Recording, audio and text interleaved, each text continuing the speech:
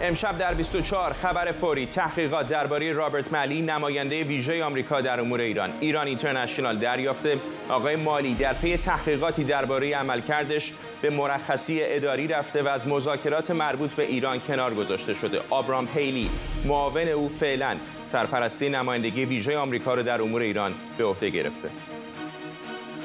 افشای اسناد جدید از طرح ترور جمهوری اسلامی در قبرس. اسرائیل ویدئوی عامل سپاه را منتشر کرده که سعی داشته تاجر اسرائیلی رو ترور کنه. نارضایتی واشنگتن از درز مذاکراتش با تهران توسط اسرائیل. سفیر آمریکا در اسرائیل میگه ادعای تیرگی روابط دو کشور واقعیت نداره. از واشنگتن دی سی این 24 است با فرداد فرحزاد. بینندگان ایران اینترنشنال در ایران و از سراسر جهان سلام و وقت بخیر. برنامه 24 ایران اینترنشنال دریافته که رابرت مالی فرستاده ویژه آمریکا در امور ایران برای هفته هاست که به مرخصی ناخواسته رفته. منابع ما گفتن ظاهرا این مرخصی مربوط به نگرانی‌های مقامات آمریکایی در مورد بعضی عملکردهای او به عنوان نماینده ویژه آمریکا در امور ایرانه. این غیبت طولانی گمانه‌زنی‌هایی هم مبنی بر اینکه در نتیجه تحقیقات درباره عملکرد مالی ممکنه وضعیت مجوزهای امنیتی او هم تحت تاثیر قرار گرفته باشه مطرح کرده. ایران اینترنشنال پیشتر هم در ماه ژانویه در همین برنامه خبر دیدار آقای مالی با امیر سعید ایروانی سفیر ایران در سازمان ملل رو برای اولین بار منتشر کرده بود. همکارم سمیرا قرایی از وزارت خارجه آمریکا با ماست با جزئیات بیشتر. سمیرا. فرداد، همونطور که خودت هم اشاره کردی ما میدونیم که آقای مالی برای هفته ها حتی شاید ماه هاست که در اینجا در وزارت خارجه ایالات متحده حضور نداره. اون چیزی که وزارت خارجه برای ما تایید کرده اینه که آقای مالی به مرخصی رفته. در تاییدیه‌شون روشن نیست که این مرخصی یک مرخصی اداری، مرخصی استعلاجی، یک مسئله شخصی است یا نه. ولی نکته مهم دیگر این هست که در حال حاضر معاون آقای مالی، آقای آبرام پیلی، کسی که از دفتر معاون رئیس جمهوری ایالات متحده خانم کامالا هریس آمده و به این سمت گمارده شده، در حال حاضر تصدی یا سرپرستی میز ایران وزارت خارجه ایالات متحده رو بر عهده داره. این خبر از این منظر حائز اهمیت هست که در ماه‌های گذشته عملکرد آقای مالی بسیار مورد انتقاد بود، مشخصاً از سوی برخی از مخاطبان ایرانی یا از سوی برخی از مقام‌های اسرائیلی عملکرد او رو زیر سوال برده بودند. با این همه طی 24 ساعت گذشته پیگیری‌های بسیار زیادی که ما انجام دادیم، در نهایت آنچه که برای ما مسجل شده اینه که او اینجا حضور نداره و کاری هم در رابطه با سیاست‌گذاری‌های آمریکا در قبال جمهوری اسلامی ایران انجام نمیده و به کل سیاست ایالات متحده در قبال جمهوری اسلامی ایران رو در حال حاضر آقای پیلیه که داره هدایت میکنه. خیلی نکته جالبی هست سمیرا، برای اینکه در این 2-3 روز گذشته که میدونم با وزارت خارجه در تماس بودیم، منو در بعضی از ایمیل ها BCC میکردی، به نظر میومد که هیچ جواب روشنی خودشون هم ندارن وزارت خارجه که چه موضعی میخوان بگیرن در این باره. ببین فردا، جواب روشنی که وجود نداشت. بیانیه هایی که خب در این رابطه ما دریافت کردیم بیانیه هایی بود که تا حدود زیادی سردرگم کننده بود. ما در ابتدای امر خب تلاش میکردیم که متوجه بشیم آقای پیلی آیا تصدی رو بر عهده گرفته یا نه، چون این مسئله مهمی هست. چون اگر که آقای مالی به سفر رفته، خب به سفر رفته، چرا باید معاون او تصدیگری رو بر عهده بگیره؟ که در ابتدا این مسئله رو قبول نکردن که راجبش نظری بدن، یعنی گفتن که ما از ابراز هر گونه نظر اجتناب میکنیم. و بعدتر خیلی تازه، شاید بگم کمتر از 1 ساعت پیش بود که تایید کردن که ایشون تصدی میز ایران رو قبول کرده. امروز هم در کنفرانس خبری وزارت خارجه اتفاق جالبی افتاد که خبرنگار CNN از سخنگوی فعلی وزارت خارجه آقای مت میلر پرسید که آیا رابرت مالی فرستاده ویژه رئیس جمهوری ایالات متحده در امور ایران هست یا نه، که آقای میلر گفتش که کامنتی نمیده، نظری نداره و نظری در این رابطه نداره. و بعد گفت راجع به موقعیت یا حالا منصب کاری آقای مالی نظری نداره. و بعد این صحبت او خب واکنش‌های از سوی روزنامه‌نگاران در پی داشت که چرا در این رابطه نظری نداری، که بعد تقریبا بعد از حدودی سردرگمی و با گفتن معذرت میخوام گفتش که آقای ملی فرستاده ویژه رئیس جمهوری آمریکا در امور ایرانه و تقریبا چند دقیقه بعد از این برای ما بیانیه فرستادن و قبول کردن که آقای پیلی در حال حاضر تصدیگری رو بر عهده داره. بسیار در 24 ساعت گذشته جوابهایی که گرفتیم زد و نقیض بوده و خب این دامن میزنه به این مسئله که احتمالاً فردا آقای ملی دارن ازش تحقیقاتی انجام میدن. چیزی که ما به شکل با قطعیت میدونیم اینه که در مرخصی است و اینکه در این مرخصی وزارت خارجه او رو فرستاده تا به چیزی رسیدگی بکنه، این مسئله است که محتمل به نظر میرسه و اینکه او در حال حاضر تحت تحقیقی وجود داره و برخی از دسترسی‌های امنیتی از او گرفته شده، اینها همه محتمل به نظر میرسه، اما از سوی وزارت خارجه تایید نشده. ولی خود آقای ملی در این ماه‌های گذشته مسائلی که پیش آمد حول و حوش او به هر حال مسائل مناقشه برانگیزی بود. به عنوان مثال آقای ریچارد نفیو که یکی از چهره‌های سرشناس است وقتی به سیاست‌گذاری ایالات متحده به ایران میرسیم، متخصص امور مربوط به تحریم هست، در دوران ترامپ حضور داشته در وزارت خارجه و بعدتر هم در مذاکرات وین که آقای ملی میرفت با ایرانی‌ها اونجا غیر مستقیم دیدار می‌کرد، آقای نفیو بود وسط مذاکرات وین ترک کرد و گفتند که در اعتراض به عملکرد ملی داره اونجا رو ترک میکنه. اون زمان هم وزارت خارجه جزئیات زیادی به ما نداد. چند ماه بعد آقای نفیو که معاون آقای ملی بود هم استعفا داد و از این سمت کناره‌گیری کرد و بعدتر از اون بود که آقای پیلی انتخاب شد. به هر حال این چالش ها، این مسائل و اختلافات در میز ایران وزارت خارجه در ماه‌های گذشته مشهود بوده. برای وزارت خارجه به نظر میاد وضعیت سردرگمیه با توجه به جوابهای متفاوتی که به تو دادن، ولی برای خود دولت ایالات متحده آمریکا هم وضعیت خیلی دشواره، در شرایطی که بسیار امید داشتن به یک راه حل دیپلماتیک با ایران برسن و بارها هم در مصاحبه‌های مختلف بر این تاکید کردن. حالا عالی رتبه ترین مقام مذاکره کننده آمریکایی با ایران وضعیت و سرنوشت کاریش نامشخصه.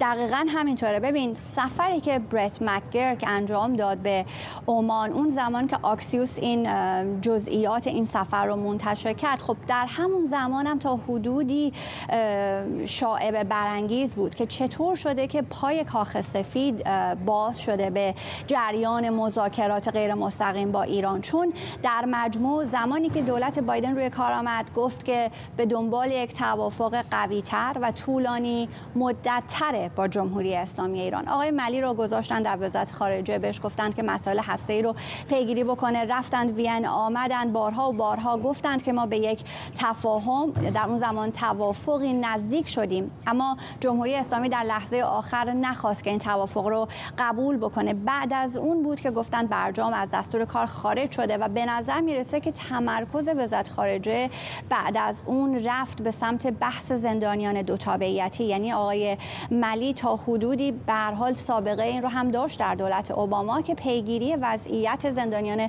دو تابعیتی رو انجام میداد. اما سفری که برت مکر کرد به عربستان سعودی رفته بود، اون رو همه میدونستیم، اما بعد از سفر به عربستان یک سفر مخفیانه انجام داد، به عمان رفت و راجع به مشخصا جمهوری اسلامی با عمان صحبت کرد. علی باقری کنی سوار هواپیما شد به عمان رفت و با آقای مکر صحبت بکنه. خب سوال این بود مگر وزارت خارجه آمریکا پیگیر برنامه هسته‌ای دو تابعیتی و هر سیاست ایالات متحده با جمهوری اسلامی نبود؟ چه شده که یکی از مشاوران آقای بایدن در امور خاورمیانه است که الان سررشته امور رو در دست گرفته یا داره مذاکرات رو هدایت میکنه؟ ولی خب اون زمان شاید تا این اندازه ما فکر نمی‌کردیم که ممکنه برای آقای ملی مسئله ایجاد شده باشه، او به یک مرخصی رفته باشه. گفته میشه که از منابع آگاه به ما گفتند که آقای ملی حتی در اون 8 ماه می که برت مکگرک در عمان بود هم به اون سفر عمان نرفته بود، ولی میدونیم که در عمان در فوریه در بهمن ماه به عمان رفته بود و میدونیم که اینجا در دسامبر و چند بار بعد از ماه دسامبر در نیویورک با امیر سعید ایروانی دیدار کرده بود. اما اینکه چه اتفاقی افتاد و چرا منجر به مرخصی آقای ملی شد، مرخصی رو باید حتما با در نظر گرفتن این نکته بهش نگاه بکنیم که در حال حاضر کس دیگه دیگری تصدی این میز رو در وزارت خارجه در نظر گرفته. چه اتفاقی افتاد و چرا الان گمان زنی ها زیاد شده راجع به اینکه ممکنه او تحت یک پیگرد قانونی باشه، یک تحقیقات اداری داره وزارت خارجه روی پرونده او انجام میده؟ اینها سوالاتی است که شاید در چند هفته آینده متوجه بشیم. و بحث زندانیان دو تابعیتی هم به هر حال روز گذشته متوجه شدیم که دچار یک مشکلاتی شده. خبری بود که میدل ایست آی داد، هرچند به نقل از مقام‌های ایرانی باید با احتیاط بهش برخورد بشه، ولی باید ببینیم که مذاکرات مربوط به آزادی زندانیان دو تابعیتی رو آقای ملی به کجا رسوند و آیا هسته‌ای رو دیگر از این به بعد کاخ سفید هدایت اون گفتگوها رو بر عهده خواهد گرفت یا آیا مجددا وزارت خارجه درگیر خواهد شد؟ ممنونم از تو سمیرا قرایی. موضوع مهمی است، مطمئنم حالا که خبرش منتشر شده واکنش‌های بیشتری هم خواهیم داشت. اگر همین حالا به ما پیوستید، ایران اینترنشنال دریافته که رابرت ملی نماینده ویژه آمریکا در امور ایران هفته هاست به مرخصی اداری فرستاده شده. تحقیقاتی به ظاهر در مورد عملکرد او در جریان هست و فعلا معاون او آقای آبرام پیلی سرپرستی سمت او رو در وزارت خارجه آمریکا به عهده گرفته. دوباره تشکر میکنم از تو سمیرا قرایی در وزارت خارجه. دولت اسرائیل ویدئوی فردی را منتشر کرده که به گفته دفتر نخست وزیری این کشور پشت طرح‌های ترور سپاه پاسداران علیه شهروندان اسرائیلی در خاک قبرس بوده. در این فایل فردی که دولت اسرائیل او رو یوسف شهبازی عباس علیلو معرفی کرده، جزئیات تلاشش رو برای ترور یک تاجر اسرائیلی شرح میده. رسانه‌های قبرسی هفته پیش از خنثی‌سازی تلاش جمهوری اسلامی علیه شهروندان اسرائیلی گزارش داده بودند. من اولین باری که وارد قبرس شمالی شدم از طریق آقای حسن شوشتری زاده، چون قبل اینکه بیام تو قبرس شمالی با من صحبت‌هایی کرده بودن در مورد برنامه‌ای که تو قبرس دارن. به من گفته بودن قسمت شمالی میری و از اونجا ما آدمایی داریم که تو رو میفرستیم بری قبرس جنوبی. و خودش گفت که من به اینا اطمینان دارم و این گروه قبلا عملیات مهمی برای من انجام دادن، یه بار ترور انجام دادن، به خاطر اون باهاشون خیلی راحتم و اطمینان کامل دارم. و من گفتم اگه میشه من زودتر کار رو انجام بدم. گفت حالا وایسا چون پلیسا دنبالت میگردن نمیشه. و به من شبش گفت که اگه میتونی اسلحه رو تو خونه اونا قایم کن.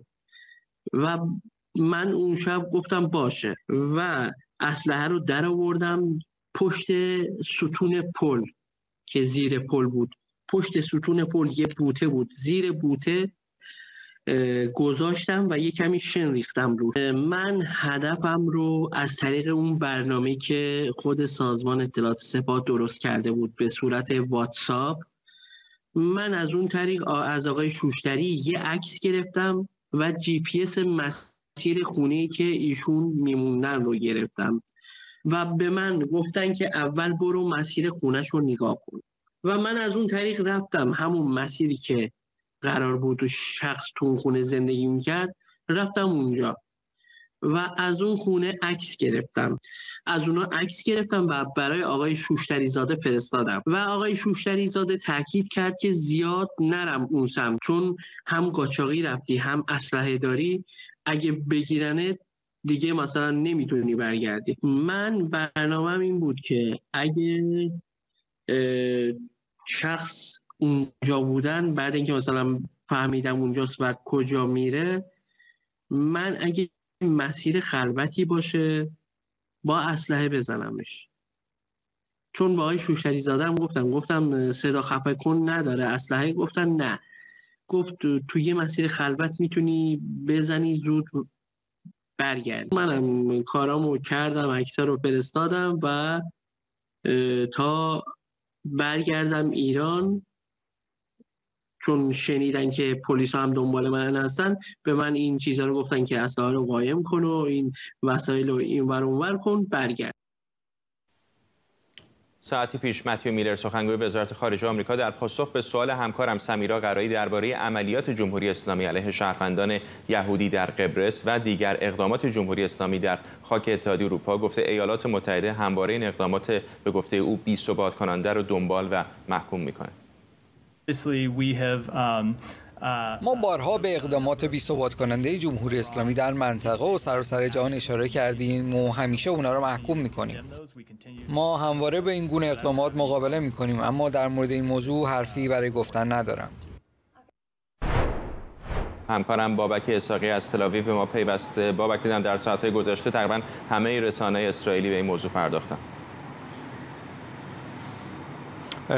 بدون شک خبر بسیار مهمی هست و اول از همه به خاطر اینکه خود اسرائیل برای اولین بار مسئولیت این عملیات را قبول کرده. در دو موقعیتی که پیش از این هم بود، در زمانی که منصور رسولی در داخل ایران مورد بازجویی موساد قرار گرفت، به خاطر اینکه قرار بود یک یهودی اسرائیلی را در ترکیه و یک فرانسوی را و همچنین یک ژنرال آمریکایی را ترور بکنه، همین اعترافات را جلوی تلویزیون کرده بود. پس از اون هم یدالله خدمتی در داخل ایران باز مورد بازجویی قرار گرفته بود و از نقش خودش و نوروزی در انتقال سلاح از جمهوری اسلامی ایران به حزب الله لبنان خبر داده بود. اما اگر این سخنان و این کلیپ فیلمی که الان انتشار یافته در داخل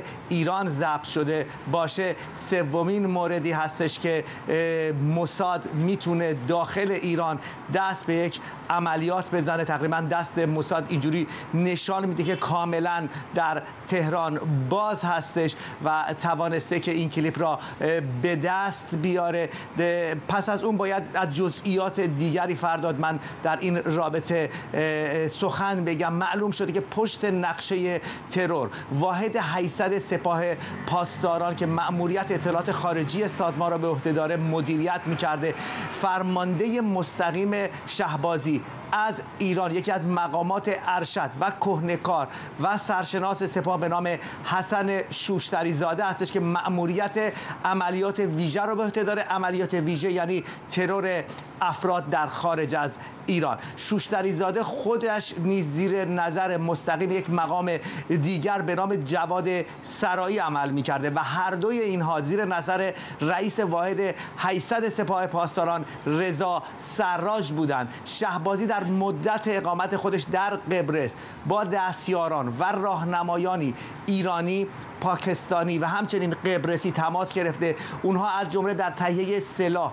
وسایل ارتباطی و انتقال اسلحه به منطقه محل زندگی هدف کمک کردند به او. شهبازی قصد داشته که هنگام خروج از خانه این تاجر اسرائیلی را که اسم او هنوز فاش نشده را تعقیب کنه و شبانه در مکانی خلوت، همونطوری که در فیلم هم دیدیم، او را مورد اصابت گلوله قرار بده. او به دستور فرمانده خودش چندین بار به بیرون از خانه این تاجر میره و از اقدامات امنیتی در دور و بر خانه عکس میگیره، اطلاعات جمع میکنه. زمانی هم که سازمان‌های امنیتی محلی شهبازی را ردیابی میکنن، شوشتری زاده به او دستور میده که فوراً از شر سلاح خلاص بشه و او این اسلحه را در نقطه دور افتاده در لیماسول در قبرس، در سوراخی که در پارچه پیچیده شده بوده، پنهان میکنه و پس از اون به ایران فرار میکنه. این افشاگری در حالی صورت میگیره که هفته گذشته در قبرس یک سری از دستگاه‌های امنیتی در اسرائیل اعلام کردند که فعالیت جمهوری اسلامی در خاک این کشور را برای حملات تروریستی بر علیه اسرائیلی‌ها و یهودیان افشا کردند. همانطور که گفتیم یوسف شهبازی عباس علیلو هستش که به دستور مستقیم مقامات ارشد سپاه پاسداران به قبرس شمالی سفر میکنه. از اونجا وارد قبرس جنوبی میشه، تاجر اسرائیلی را زیر نظر میگیره و قرار بر این بوده که این ترورها همچنان ادامه پیدا بشه اگر اولیش موفقیت آمیز بوده. به دنبال اطلاعاتی که وی در تحقیقات خودش ارائه کرده، زیرساخت‌های این عملیات تروریستی پس از اون در عملیاتی که توسط نهادهای امنیتی در قبرس انجام میشه خنثی و نابود میشه. یوسف شهبازی تمامی جزئیات و از جمله نام افرادی از سپاه که او را به مأموریت اعزام کرده بودند، روش کارسلاحایی که در اختیارش قرار داده بودند، همه را فاش میکنه. حتی پیام‌های واتساپی که بین او و فرمانده مستقیمش شوشتری برقرار بوده را به دست اسرائیلی ها میده و همچنین عکس‌های دیگری و حتی بلیت هواپیمایی که از قبرس به ایران با ترکیش ایر گرفته بوده. در هر صورت این واقعه نقش مهمی را در عملیات موساد در داخل ایران نشان میده. باید منتظر بود فرداد و دید که واکنش ایران چه خواهد بود. پیش از این در رابطه با منصور رسولی او جلوی دوربین آمد و گفت که من یک کشاورز ساده هستم و کاری با این مسائل ندارم، اما چندی بعد خود منصور رسولی توسط سپاه پاسداران به عنوان جاسوسی برای اسرائیل دستگیر و به اعدام محکوم شد. ممنونم از تو همکارم بابک اسحاقی از تل‌آویو. نشریه آکسیوس به نقل از مقامات اسرائیلی و آمریکایی گفته کاخ سفید از درز اطلاعات به رسانه‌ها از سوی اسرائیل درباره مذاکرات غیرمستقیم واشنگتن با تهران نگران و ناراضیه. به گزارش آکسیوس، مشاور امنیت ملی کاخ سفید هفته پیش در تماس تلفنی به همتای اسرائیلیش گفته بیشتر اطلاعاتی که به رسانه‌ها درز کرده نادرست بوده و با آنچه که در مذاکرات غیرمستقیم با ایران بر سرش بحث می‌شده ربطی نداشته. جیک سالیوان به همتای اسرائیلیش گفته واشنگتن از اظهارات نتانیاهو که به پارلمان اسرائیل گفته بود آمریکا در حال کار بر سر یک توافق کوچک با ایران ناراضیه. شهیر شهید ثالث روزنامه‌نگار و تحلیلگر مسائل سیاسی اینجا در استودیو با ما. آقای شهید ثالث، اگر این گفته های مقامات آمریکایی درست باشه که ناراضی هستند از درز اطلاعات توسط اسرائیلی ها، چرا اسرائیلی اصلا چنین میکنن؟ به نظر من یه مقدار اینو باید در طبیعت و وضعیت دو تا دولت فعلی اسرائیل و آمریکا دید. از طرف اسرائیل شما میدونید نتانیاهو یک موقعیت لرزانی داره الان در داخل اسرائیل و خب از طرفی هم ما میدونیم از سال 2015 آقای نتانیاهو مصمم بود که جلوی هر توافقی با ایران گرفته بشه. به نظر اون این تحریم ها باید رو ایران باشه و برداشته نشه، ولی به خاطر ضعف همون وضعیت داخلی که داره و خود ائتلافی که زیاد محکم نیستش در دولت نتانیاهو، به نظر من درگیر شدن مستقیم با دولت بایدن و با دولت آمریکا احتراز میکنه و شاید بهترین راه حل برای اینکه جلوی یه نوع تفاهم یا توافق رو بگیره این هستش که این اطلاعات رو به بیرون درز بدن و جمهوری خواهان رو، به خصوص اون جمهوری خواهانی که تندرو هستن نسبت به جمهوری اسلامی، اینها رو وارد صحنه بکنن که مانع از توافقی بین آمریکا و ایران بشه. ولی خب از طرف آمریکا اگر شما قضیه نگاه کنین، نگرانی امریکا هم این هستش که اولا ایران با این وضعیتی که داره ادامه میده و غنیسازی 60% رو همچنان انباشته میکنه و پیش میره. آخرین اطلاعات آژانس میگه 114 کیلوگرم اینها به اصطلاح غنیسازی 60% کردن که برای 2 تا بمب کافی هستش. بالاخره جلوی این قضیه از نظر بایدن باید گرفته بشه از یک طرف. از طرف دیگه هم مسئله نفت هستش که خیلی مهمه. ایران الان میدونید در ماه می به گزارش رویترز 1.5 میلیون بشکه نفت فروختش و این یه رکورد بوده تو 5 سال گذشته. این باعث میشه قیمت نفت متعادل بشه. اینا روشونو کردن اون طرف و اجازه میدن جمهوری اسلامی نفت رو بفروشه. در نتیجه بایدن مصمم هستش یه مقدار فشار رو از ایران برداره و نفت فروخته بشه. 3 قدرت بزرگ نفتی دنیا یعنی روسیه و ونزوئلا و ایران تحریم امریکا هستن و خب این تو بازار نفت خیلی اثر داره و اقتصاد امریکا و اروپا رو هم میدونیم ظرف 1 سال گذشته زیر فشار برده. اگه این درس‌های اطلاعاتی توسط اسرائیلی ها ادامه پیدا بکنه به حدی که دیپلماسی رو برای آمریکا دشوار بکنه با ایران، چقدر فکر می‌کنید که ممکنه به اشتراک گذاشتن اطلاعات این چنینی با اسرائیل دچار تردید بشن آمریکایی‌ها؟ من فکر نمی‌کنم این اثر بکنه، برای اینکه واقعا باید یه هماهنگی به هر صورت، حالا هر چقدر نصف نیمه بین این دو دولت باشه، برای اینکه اگر نباشه گفتم خطر این که اسرائیل واقعا نگران بشه از این افزایش غنیسازی 60% و توسعه برنامه هسته ایران یه مرتبه دست به یه حمله نظامی بزنه به امریکا رو در مقابل یه عمل انجام شده قرار بده، چون امریکا هم باید وارد جنگ بشه. در نتیجه من فکر میکنم که امریکا مجبور در جریان قرار بده دولت اسرائیل رو و الا هر لحظه ممکنه که اسرائیل میدونین الان تو کنگره یک لایحه مورد بحث هستش که به اسرائیل اجازه بدن که به اصطلاح رأساً و بدون مشورت حتی با آمریکا بتونه وارد حمله نظامی به ایران بشه. در نتیجه من فکر می‌کنم این چیزا رو لحاظ خواهند کرده چون مسئله خطرناکه و به جنگ منجر ممکنه بشه. ممنونم از شما شهیر شهید ثالث، روزنامه‌نگار و تحلیلگر سیاسی. سفیر آمریکا در اسرائیل در مصاحبه‌ای با اسرائیل هایوم گفته که واشنگتن با سفر بنیامین نتانیاهو با چین مشکلی نداره. تام نیدس همینطور این ادعا رو که روابط اسرائیل و آمریکا تیره شده رد کرد. آقای نیدس تاکید کرده که هیچ تفاهمی بین آمریکا و ایران وجود نداره. او گفته چون رئیس جمهوری بایدن نمیخواد اسرائیل در این مورد غافلگیر بشه، این کشور رو در جریان تمامی گفتگوها گذاشته. او در پاسخ به سوال دیدار نتانیاهو و بایدن گفته هیچ تاریخ مشخصی برای دیدار نخست وزیر اسرائیل از کاخ سفید وجود نداره. میر جاودانفر، کارشناس مسائل خاورمیانه و اسرائیل از تل‌آویو. با مسائل جاودانفر، من در این سالهای اخیر به یاد ندارم هیچ موقع روابط بین اسرائیل و آمریکا تا این اندازه پیچیده شده باشه. کاملا و بله، و اینکه حالا آقای نتانیاهو دعوت نشده به واشنگتن یه مشکل برای آقای نتانیاهو. امروز اعلام شد که رئیس جمهور اسرائیل به زودی در کنگره دعوت شده و در اونجا سخنرانی خواهد کرد.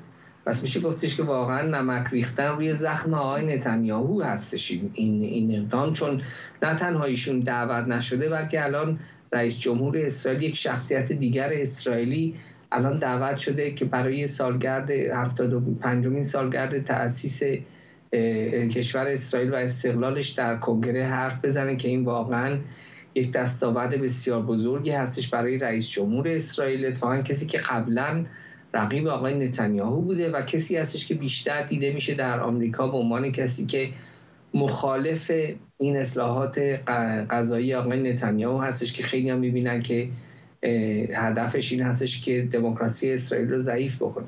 پس بله واقعا روابط خوب نیستش.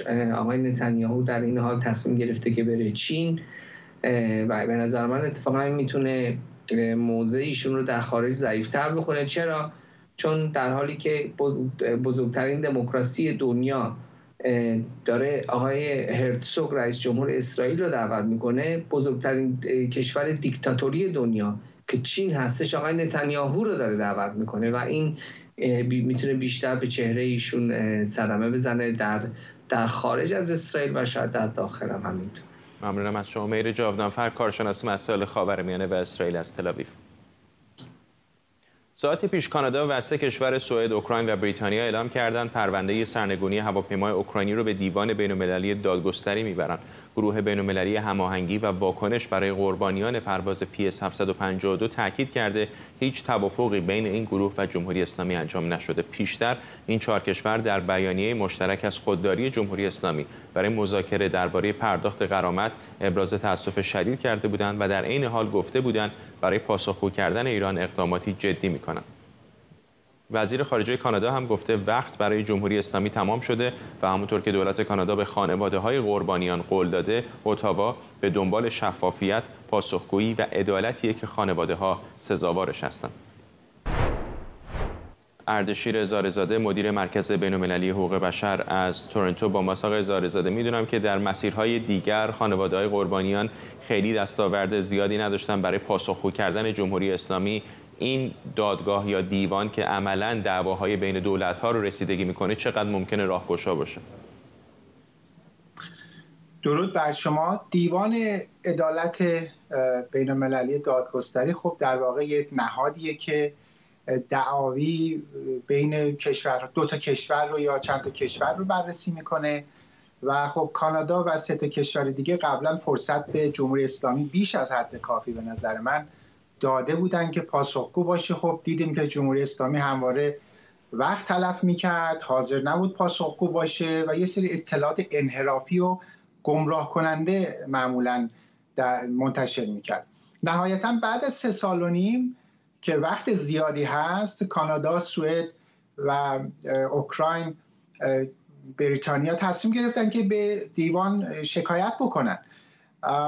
ولی مسئله اینه که امروز جلسه هم بود بین خانواده‌های قربانیان پرواز 752 و وزیر خارجه، تعداد دیگری از وزرا و مقامات دولتی هم در اون جلسه بودن، همین بحثی مطرح کردن که تا چند روز دیگه این شکایت رو تسلیم دیوان خواهند کرد و تلاش خواهند کرد که حداکثر خسارتی که میتونن رو برای عدالت، برای خانواده ها در نظر بگیرن، از دیوان درخواست بکنن و به دنبال پاسخگویی جمهوری اسلامی باشن. ولی خب به هر حال همونطوری که گفتم این دیوان یک مثل دادگاه مدنی، شما اشاره کوتاهی کردیم، یعنی دیوان عملا نهایتا میخواد حکم بده که در واقع جمهوری اسلامی باید خسارتی رو به کانادا، اوکراین، خانواده ها و به هر حال هر خسارتی که وارد کرده به تبع اون وقتی محکوم میشه که خب قطعا محکوم خواهد شد،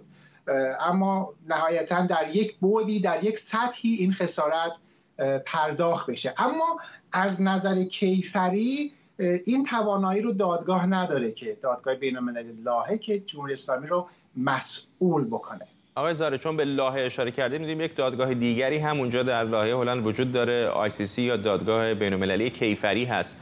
چقدر اون مسیر میتونه باز باشه برای خانواده قربانیان؟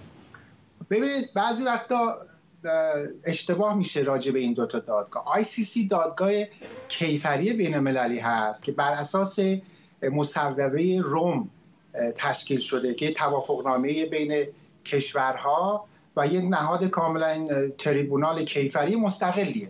فقط هم اشخاص رو اونجا تحت تعقیب کیفری قرار میدن. مثلا یا اینکه شورای امنیت سازمان ملل درخواست بکنه تحقیق صورت بگیره راجع به جنایت‌های جنگی یا جنایت علیه بشریت، کشتار دست جمعی. اگر خانواده‌ها بتونن از طریق یک مسیری، یک راهی نشون بدن که فرد یا افرادی مثلا در سپاه پاسداران مسئولیت کیفری دارن و این اقدامی که کردن عامدانه بوده و جنایت علیه بشریت بوده، آیا راه اونطوری هم میتونه براشون باز باشه؟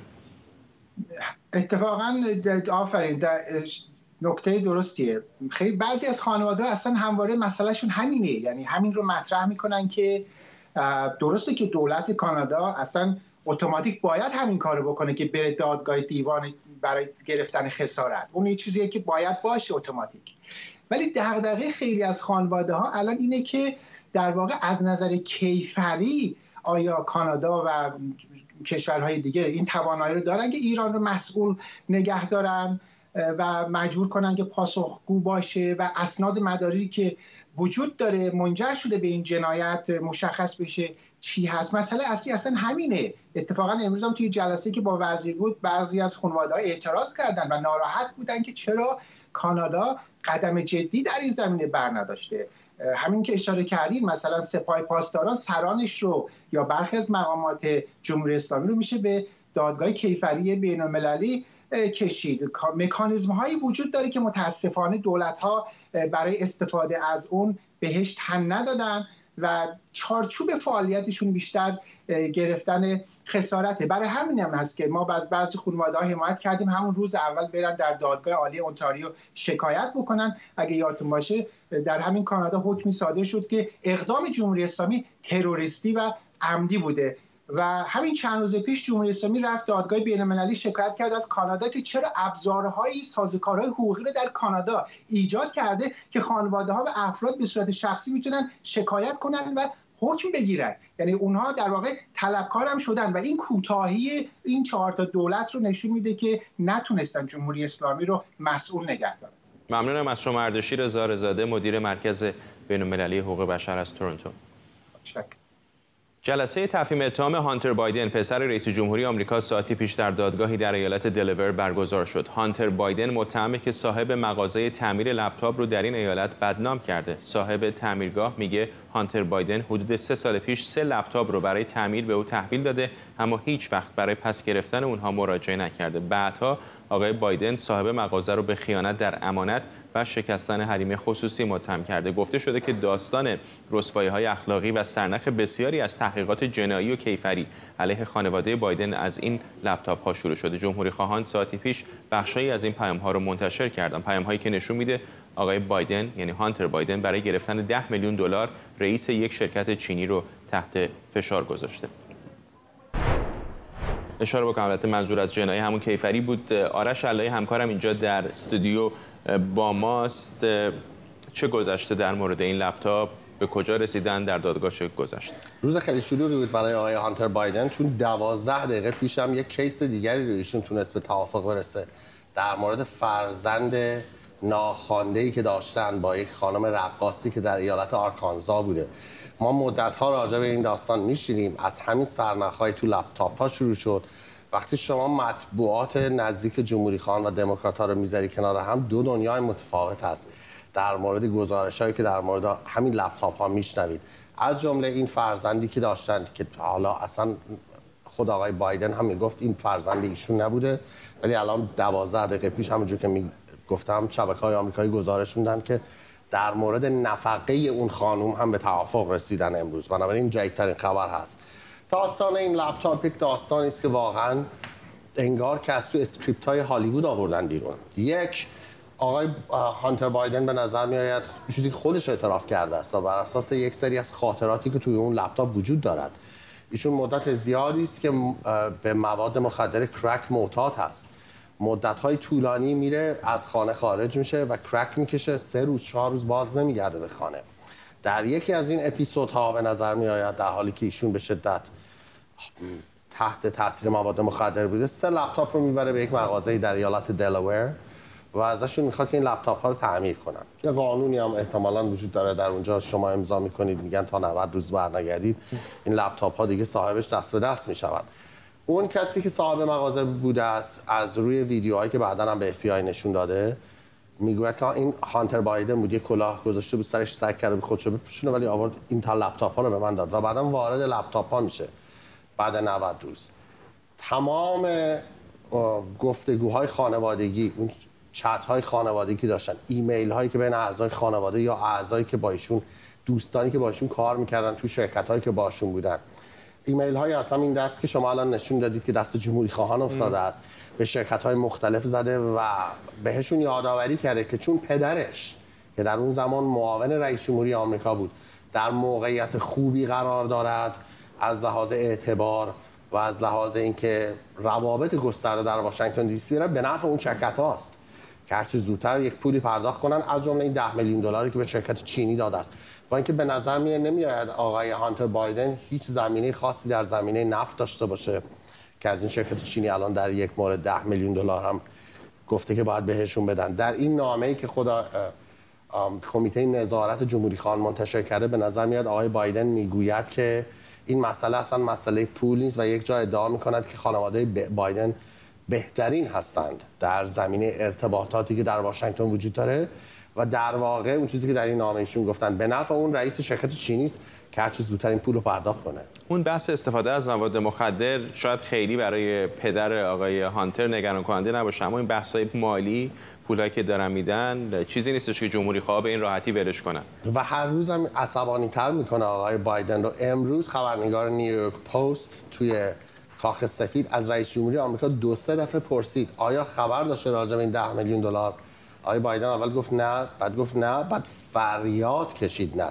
تصویرش وجود دارد و نشان دهنده این است که چقدر استرس میاره این داستان، برای اینکه رئیس جمهوری آمریکا روز اول گفته بود راجع به معاملات تجاری پسرش هیچ اطلاعاتی نداره و هیچ دخالتی هم نداره و هر چقدر این ایمیل ها، این ارتباطاتی که بین افرادی بوده که آقای بایدن باشون، آقای هانتر بایدن ارتباط شخصی داشته است، هر چقدر اینها بازتر میشه ما داریم میبینیم اینکه از اسم پدرش استفاده میکرده. واضحا توی ایمیلاش اسم پدرش رو بارها گفته، اعتباری که خانواده‌اش داره. و سوال این است برای جمهوری خواهان که آیا این باعث شده است که جو بایدن در مقابل فشار کشورهای خارجی آسیب پذیر بشود؟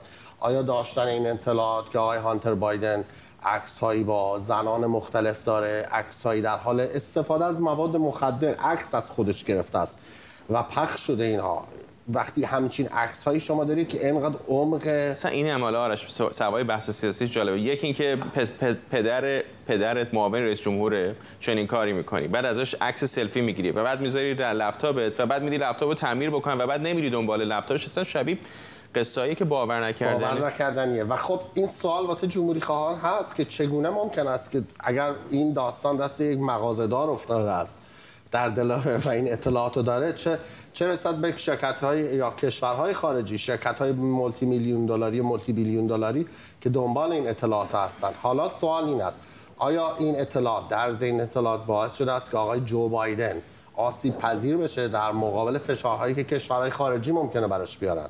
بگن ما میدونیم پسر مواد مخدر استفاده میکنه، ما از ارتباطات مالیش خبر داریم، از ارتباطات جنسیش حتی خبر داریم و باید اون کاریو بکنی که ما باید میگیم. ممنونم از تارش علی همکارم اینجا در استودیو.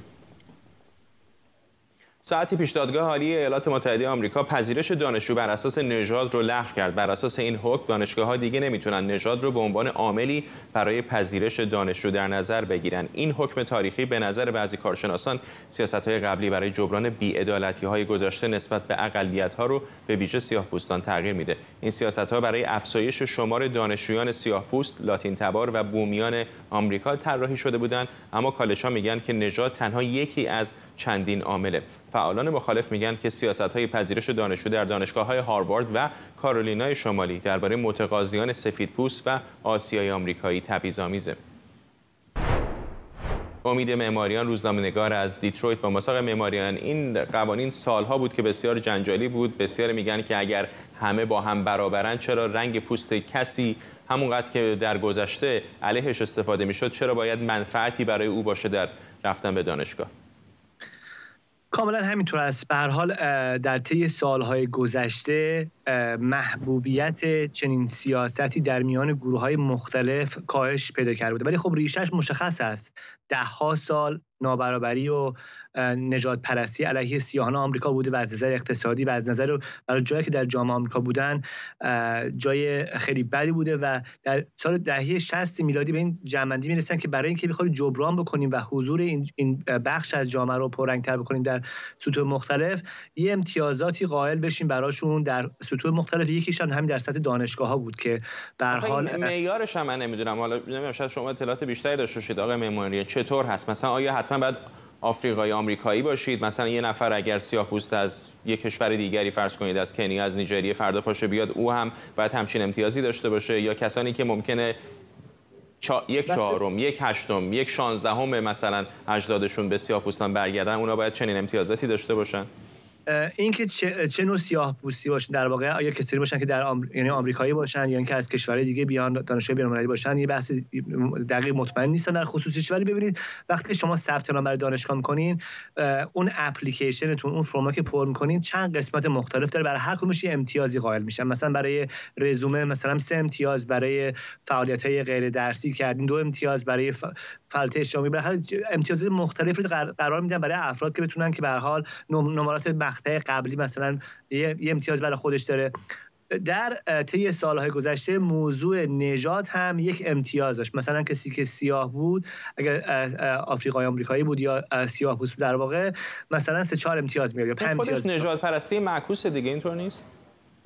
ولی تنها عاملی نبود که افراد به خاطر اون بخوان که نه میفهمم، ولی من اگر یک سفیدپوست هستم در مثلا میشیگان جایی که شما هستید و یک دوست دیگری دارم که سیاه‌پوسته و از نظر فرض کنید تحصیلات 1 درجه اگر 3 امتیاز میدن، 1 امتیاز من از او بالاتر هستم، ولی چون او رنگین پوست هست 3 امتیاز بیشتر میگیره و با 2 امتیاز تفاوت از من جلو میزنه و میره دانشگاه، یک جوری بی‌عدالتی است برای اون یکی نفر، اینطور نیست؟ این همین چیزی هستش که به هر حال کسانی که مخالف این سیاست هستن این مسئله رو مطرح میکنن که به هر حال اون کسانی که شایستگی بیشتری دارن، مثلا رزومه بهتری دارن، نمره‌های بهتری در مقاطع قبلی گرفتن و تلاش بیشتری کردن به اونجا برسن، در واقع اینا براشون اجحاف میشه. ولی در کلیتش وقتی نگاه می‌کنیم، سیاستی که گذاشتن بود که در طی مثلا 100 سال یک چیزی برخلاف این 50 سال گذشته بوده. در واقع سفیدها در آمریکا یک جوری با امتیازات مثبت مواجه می‌شدن و به خاطر اون سابقه بردهداری در آمریکا و اینکه خصوصا این بخش از جامعه از نظر فرصت‌های اقتصادی برای کار، برای توسعه، برای به هر حال معیشت و چیزهای دیگه کاملا در پایین‌ترین سطح جامعه قرار داده شده بود، برای اینکه یک تکونی بدن و این جابجایی اجتماعی شد براش یک تحرکی براش ایجاد بکنن، گفتن که بعد یک کارایی کرد که مثلا بتونیم که به حال به کمک این قشر از این بخش از جامعه آمریکا بیاد. بنابراین اینو برای اون در تصویر بزرگتر اقدامی بود که می‌خواستن که اتفاق بیفته. ولی خب الان وقتی که با افراد مختلف صحبت می‌کنین از اینکه چه حالا فقط الان هم سفیدا، هم آسیایی‌ها، هم لاتینوها، می‌بینیم که میزان محبوبیت چنین سیاستی در واقع کاهش پیدا کرده. ولی اون چیزی که دادگاه عالی آمریکا بهش اشاره کرده این هستش که شما در اون قسمتی که امتیاز برای خود نژاد میگیرین اونو حذف کرده، ولی افراد در بخش‌های دیگه اپلیکیشنشون میتونن اشاره بکنن به نژادشون و تاثیر نژاد جایی که تو زندگیشون هستن. مثلا میگه من کسی هستم که به خاطر مصیبت‌هایی که کشیدم، به خاطر دردها و رنجایی که کشیدم اینها و چه الان اون آدمی هستم که هستم. و در واقع توی اون یه چیزی هست توی دانشگاه آمریکا که واقعا خیلی نقش کلیدی داره به نام پرسونال استیتمنت یا یک بیانیه شخصی. یعنی افراد توضیح میدن که چرا باید میخوان برن به این رشته دانشگاهی و چرا این دانشگاه براشون بهترین جا هست و میتونه که خیلی تعیین کننده باشه. بنابراین گفتن که توی امتیازی نخواهد داشت. بنابراین ممکن هستش که یک نفر بنویسه که به خاطر مسائل که با شما مواجه بوده نشون بده که کاراکتر قوی تری داره، شخصیت قوی تری داره، شخصیت جنگجوتری داره و مثلا از این جهت شایستگی بیشتری داشته باشه و مثلا امتیازی بیشتری بگیره، ولی نه به خاطر اینکه فقط سیاه هست. یک نفر که مثلا لاتینو هست یا کی هست که سفیدم هست میتونه که این امتیاز شخصیت یا به هر حال گذشته و سابقه و اینجور چیزا رو به هر حال با خودش به همراه بیاره. بنابراین با اینکه این اتفاق افتاده ولی همچنان بحث این هستش که این ممکن هستش که تغییر بسیار جدی بیاره در نحوه پذیرش دانشگاه. ببین در دهه 90 در ایالتی که خودم من درس خوندم در کالیفرنیا اومدن اینو ورش داشتن، این اقدامات مثبت یا افرماتیو اکشن رو. وقتی که ورش داشتن دیدن که 50% پذیرش دانشجویان لاتینو و سیاه‌پوست در واقع کاهش پیدا کرد. بنابراین میشه حد زد که تاثیر داشته باشه، ولی به هر حال مسئله هستش که به نظر من جنبه‌های مختلفی داره. اینو نمیشه نادیده گرفت. کسانی که میگن که به هر حال چرا با تلاشی که میکنن، کاری که میکنن باید به خاطر چنین تمایزاتی، امتیازاتی شانس داشته باشن، به نظر من مسئله مهمی هستش که به هر حال نمیشه از نظر دور نگه داشت. ممنونم از شما. امید معماریان، روزنامه‌نگار از دیترویت با ما. حراج پورتری بانویی با باد بزن اثر گوستاف کلیمت، هنرمند مشهور اتریشی، رکورد فروش آثار هنری رو در اروپا شکست. این نقاشی از سوی یک شرکت مشاوره آثار هنری مستقر در هنگ کنگ با رقم 85 میلیون و 300 هزار پوند خریداری شد. شکسته شدن رکورد فروش آثار هنری در اروپا با پورتری از یک زن ناشناس. بانویی با باد بزن آخرین شاهکار بجامانده از گوستاف کلیمت، خالق نقاشی محبوب بوسه. اینجا خانه حراج ساتبیز در لندن است، جایی که شاهکار نقاش درگذشته اتریشی در پایان رقابتی پرهیجان و 10 دقیقه‌ای میان خریداران نصیب یک شرکت مشاوره هنری در هنگ کنگ شد. آخرین چکش روی قیمت 74 میلیون پوند فرود آمد. رقمی که با در نظر گرفتن حق بیمه خریدار به عدد 85 میلیون و 300 هزار پوند میرسد. هلنا نیومن، رئیس هنرهای امپرسیونیستی و مدرن این حراجی، این نقاشی را قصیده‌ای از صمیم قلب برای زیبایی مطلق توصیف کرد. این نقاشی کلیمت رو در اوج دوران هنریش نشون میده. تصویری از آسیا خلق کرد که نسبت بهش دچار وسواس ذهنی بود. کاشی‌ها و لباسایی که از چین و ژاپن با خودش آورده بود واقعاً تأثیر زیادی در این تصویر بازی داشتن. میتونین پرنده ها رو پشت اون ببینین، سیمرغ که نماد زندگی جاویدان در چین، طاووس و همینطور نیلوفر آبی. وقتی گوستاف کلیمت بیش از 1 قرن پیش درگذشت، این نقاشی هنوز روی یک سه‌پایه در استودیوی شخصی او قرار داشت. بانویی با باد بزن آخرین بار نزدیک به 30 سال پیش برای فروش عرضه و به قیمت 11 میلیون و 600 هزار دلار به فروش رسیده بود. حالا این نقاشی نه تنها رکورد فروش نقاشی در حراجی‌های اروپا را که متعلق به مونه بود شکست، بلکه به گرانترین اثر هنری فروخته شده این هنرمند در جهان تبدیل شد. رویترز به نقل از منابع آگاه نوشته که آژانس بین‌المللی تحقیقات سرطان وابسته به سازمان بهداشت جهانی قرار ماه آینده میلادی آسپرتایم یکی از رایج‌ترین شیرین کننده‌های مصنوعی رو سرطانزا اعلام کنه. این شیرین کننده در محصولاتی از جمله نوشابه‌های رژیمی کوکاکولا، برخی از آدامس‌ها و شماری از نوشیدنی‌های رژیمی دیگه استفاده میشه. رویترز نوشته که با نشر این خبر تعدادی از سوپرمارکت‌ها این نوشیدنی‌های رژیمی رو قبل از گرفتن برچسب سرطانزایی به حراج گذاشتن. در همین حال سازمان بهداشت جهانی ماه پیش دستورالعمل‌هایی را منتشر کرد که به مصرف کنندگان توصیه می‌کرد از شیرین کننده‌های غیرقندی برای کنترل وزن استفاده نکنند. دکتر روزبه اسفندیاری، پزشک و پژوهشگر پزشکی هسته‌ای از هیوستن تگزاس با ماست. ممنونم که دعوت ما رو پذیرفتید. این تاثیر بسیار گسترده‌ای میذاره چون الان بسیار از نوشیدنی‌های شیرین مثل کوکاکولای زیرو یا صرف، کوکاکولای دایت، پپسی مکس و بسیاری دیگر از محصولات از این شیرین کننده استفاده میکنن. چقدر میتونه کل این صنعت رو متحول کنه؟ دقیقاً. ببینید قرار هستش که حدوداً 15 روز دیگه این گزارش که توسط مرکز جهانی سرطان هستش، تحقیقات سرطان که وابسته به سازمان ملل هستش و یک کمیته مشترک دیگه‌ای که بین مشترک هستش، یک کمیته تخصصی که بین WHO سازمان بهداشت جهانی و FAO مشترک هستش، این گزارش رو همزمان قرار شده منتشر بکنن. ببینید ما قبلا نوشابه‌هایی رو که داشتیم تا چندین سال قبل، نوشابه‌های معمولی که وجود داشتن جزو نوشیدنی‌های محسوب می‌شدن که غیر الکلی هستند و میزان قند طبیعی که در اینها وجود داشت یا همون شکری که در اینها وجود داشت شکر طبیعی بود. در هر تقریبا قوطی مثلا همون نوشابه کوکاکولایی که شما گفتید حدوداً 39 گرم شکر طبیعی وجود داشت. بعد اینها تصمیم گرفتن چون متوجه شدن خب شکری که به صورت طبیعی وجود داره در این نوشابه‌ها به دلیل کالری زیادی که داره میتونه منجر به چاقی بشه، میتونه منجر به دیابت بشه در دراز مدت و با توجه به سرانه مصرف این نوشابه‌ها مثلا در کشور آمریکا متوسط مصرف نوشیدن این نوشابه‌های غیر الکلی در کشور آمریکا جزو 5 کشور اول هستش، تقریبا 150 لیتر در سال هستش. تو کشور ایران یه چیزی هول و هوش 42 لیتر هستش این میزان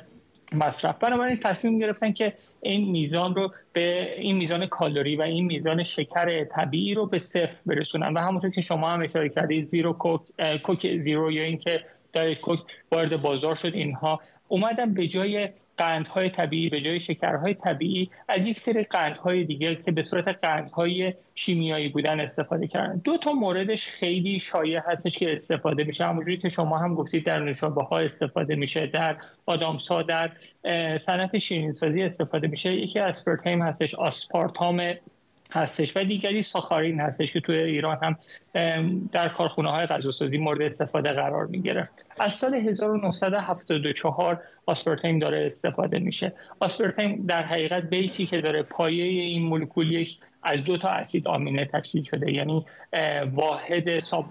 در حقیقت واحد پروتئین تشکیل شده از 2 تا اسید آمینه خیلی معروف هستش، یکیش فنیلالانین هستش، یکی اسید اسپارتیک هستش.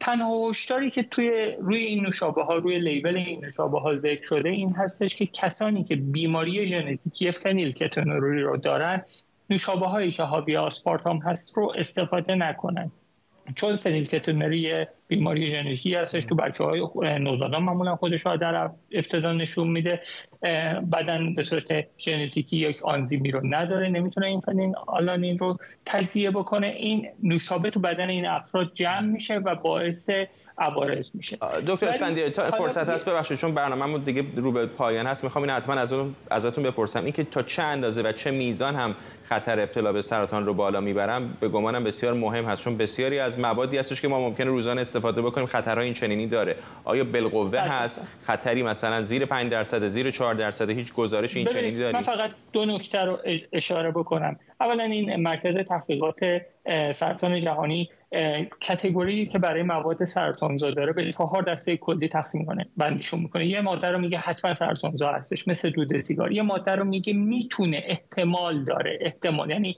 probable هستش. یه ماده دیگه مثل همین گزارش میگه possible هستش، امکانش هستش، یعنی اینکه ما شواهد قوی نداریم که در حال حاضر بگیم. این گزارش هم همین رو گفته گزارش محرمانه هستش تا روز 14 جولای که منتشر بشه. ولی نکته دیگه ای رو که شما هم اشاره کردید، اینکه چقدر ما دلیل داریم چند درصد میتونه سرطانزا باشه. ببینید در فرانسه سال گذشته مطالعه منتشر میشه روی 102,000 فرانسوی که در طول حدوداً از سال 2009 تا سال 2021 اینها نوشابه‌هایی مصرف کرده بودند به صورت روزانه که حاوی آسپارتام بود.